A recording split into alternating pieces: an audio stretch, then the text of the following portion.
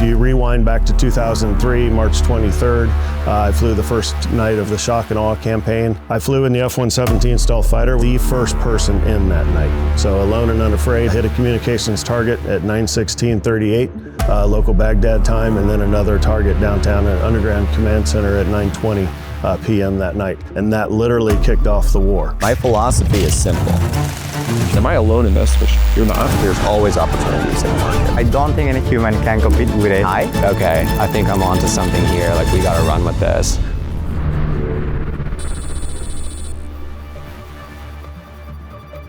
Steve Ankerstar, CEO of Ankerstar Wealth, manage $150 million for high net worth clients, and I'm your only fighter pilot stock picker that's on Autopilot. In high school, I used to watch a show called Family Ties, Alex P. Keaton. I wanted to be an investor, grow up, be rich. That was what I was gonna do. I had the Wall Street Journal subscription in 8th grade, pretty nerdy, lived out in the country. I saw Top Gun when I was a junior in high school, and that changed my life because I walked out of that and said, I have to do that. Joined the Air Force, did 20 years flying fighters.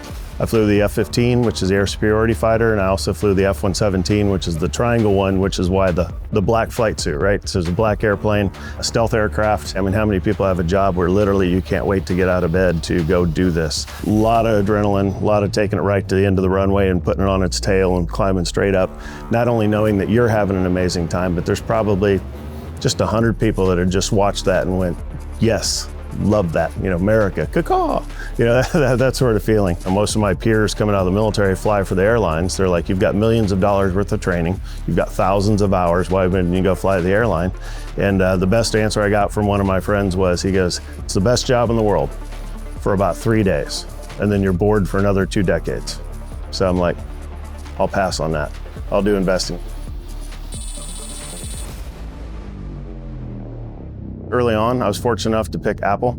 So if you're gonna pick an individual stock, it should be one of the best that is gonna run for the next 20 years. Starbucks was an early holding. Again, I'm looking for specifically a highly addictive product with a moat around it, and then maybe a trigger event for it to go higher. So that's how I was picking individual stocks. You don't need 50 stocks. You don't really need 20 stocks. You really want to concentrate. And if you talk about the legends of finance, they've concentrated portfolios into just a handful of stocks that they very carefully scrutinize. The exact reason why is, like, my background as a fighter pilot, as well as others in the military that have put themselves at risk, is risk management is something that we know exactly, because my life is on the line.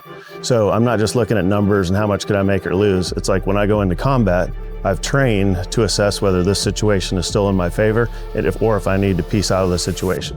So the same skills I used in combat definitely apply to the portfolio management, and that's what gives us our edge. The one thing that I learned about it as soon as I was a young fighter pilot is they call it the Superman complex. And it's when you're very talented and you're smart and you can do very really good, incredible things, is that you need to make sure you don't get overly confident. You need to always be looking for why I'm wrong and assessing your thesis all the time, thesis and conviction. But really, is the thesis still what I think it is, then you can run straight ahead. But if that starts to change, then you have to be able to get out. If you're gonna put grandma in, Philip Morris, you need to be able to explain why you're in Philip Morris. Or NVIDIA, how does NVIDIA fit into her portfolio? You've got 30 seconds to explain it. If you can't explain it in 30 seconds, then it's gone. And then the conviction level is not being afraid to take a large position. If I'm right, I want to get paid, right? So I'm not afraid to load up.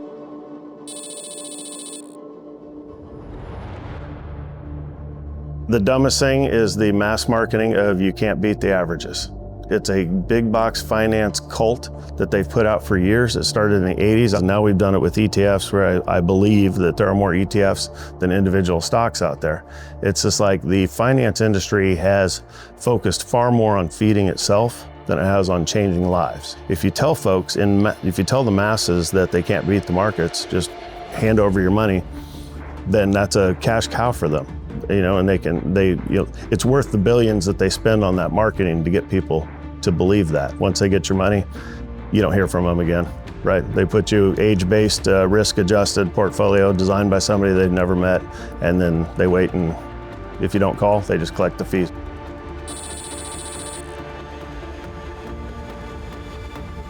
It's Bitcoin, it's women, it's humanoids, and quantum extreme. Those are my top 4. That's where I'm going to allocate the most to. Bitcoin came about in 2023. I went to a vision conference there in Austin. Rick Edelman and Josh Brown were down in Austin at this conference, and everything was starting to make sense. They were talking deficits, they were talking debt, they were talking about the future of money, they were talking about how other countries are starting to deficit spend, just like the US, and it was absolutely the 100% thesis that I could get behind. Like, we can't continue to do what we're doing, even though it seems like we can.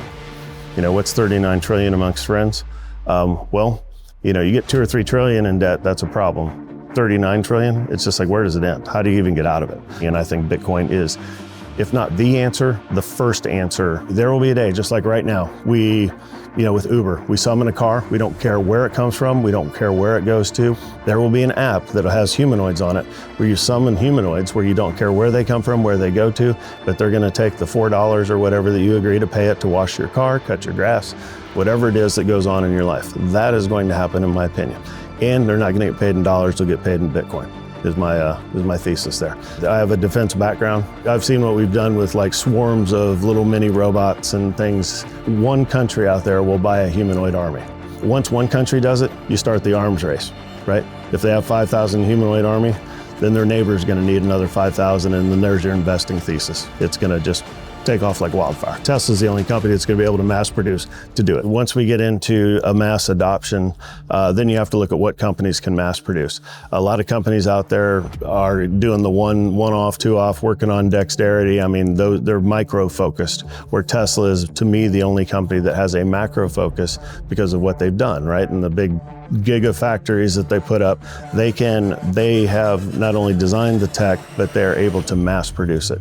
And when the government contracts start raining down from the sky, Tesla's going to be there with their hands out going, let's go. We really hang our hat on technology investments, which our portfolios with Autopilot are largely, if not all, tech and crypto based. You know, I had the background coming out of the military. I've been around advanced weaponry, for the past 2 decades. I knew what was coming, what's going to happen with different contracts and things. I lived in that universe, so having that information gives us an edge. So really, the difference maker for us has been heavy into tech, not afraid to take risk, and we're going to ride through the waves for the most part, but we're going to get in there and duke it out, just like in combat. The EGO 10, that stands for Exponential Growth Opportunity.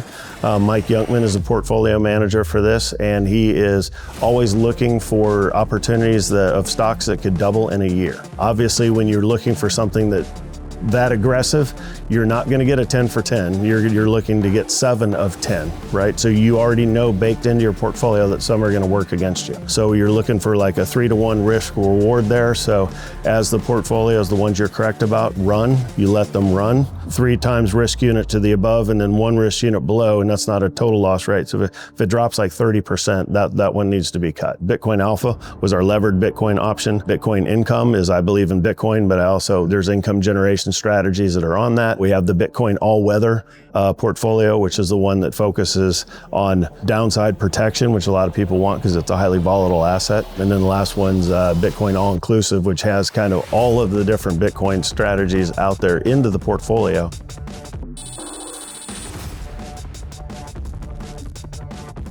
That's what led us specifically to Autopilot, is because that was an answer to a pain point for us of, we didn't believe in doing minimums because I don't like turning people away that want help. It's like, Steve, I want your help. And it's like, nope, you don't have enough money. That's not me. Never do that. So now it's helping find another solution, and that's where we found Autopilot attractive. There's a certain portion of the population, and you can kind of draw an age line there, that wants to sit across the table, whether it's an actual table or a Zoom, and talk to a professional and hash things out. Others want the digital experience. We all agree that investing is going to make you money over time. You work hard for your money needs to work just as hard for you. So there's how to do it, right? With DraftKings, FanDuel, now Kalshi, and the prediction markets, I mean, there's a fine line between entertainment there. It's like, if you're doing that for entertainment, that's fine, but you can have a very similar digital experience with investing, but it's actually positive EV. You're going to make money over time versus the negative EV situation of just gambling the money back and forth. It's like, hey, why not get off into the investing world and actually learn some investing along the way?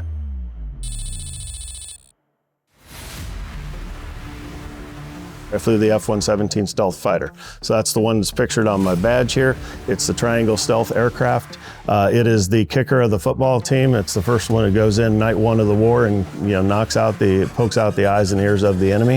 It has a full 4-dimensional autopilot, auto throttle. So once I take off, I can focus completely on employing the aircraft versus actually flying it. So the F-15 was a lot of stick and rudder flying. The F-117 was how to be the invisible man, sneak in over a country and do whatever our country tells me that they need me to do, and then sneak back out without them ever seeing me.